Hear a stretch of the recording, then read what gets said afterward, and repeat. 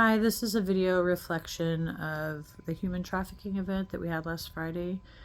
Initially going into it, I really didn't want to be there. To be honest, it's a trigger for me because I had some kidnapping experiences when I was little, and it took me a long time to deal with it. I guess I kind of put it behind me, and I know that it's a risk. It's one of the biggest fears that I have with my children, but I try not to project on them the fear. So we've talked about it, but I don't want to be like, oh, you can't play outside, things like that.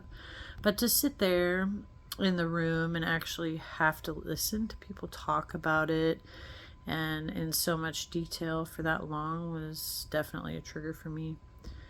But I didn't want to leave or say anything to anybody at the time. I think that it's good for everybody to have that kind of training.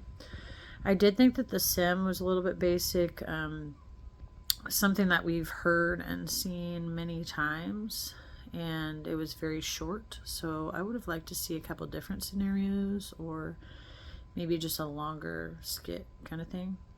The questions that we went over and the case studies in the other unit, I thought it was okay. I mean, I think we could have done a little bit more explanation on that as well. I don't know that I really learned anything from the case studies situations, but every situation is different, so it's hard to relay something like that. I think maybe if we had watched some videos or like more of a documentary type thing would have been more helpful. Also, my favorite part was the end panel discussion. I was really interested in the legal aspect of it, especially, and I asked a question of the sheriff's department because I was interested in how they do charge the victims or people who are out there selling themselves. It's really interesting also to see the ways that they can get help.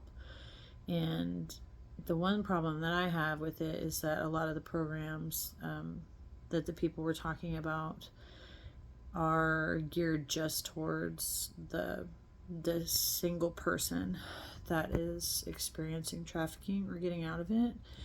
And I think that there is a much big need for family to be supported through these situations.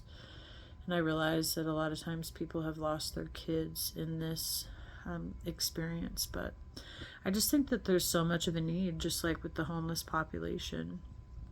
So yeah, I'm glad we went through it. I don't know that I would want to do it again, but I really appreciate everybody coming out and talking to us.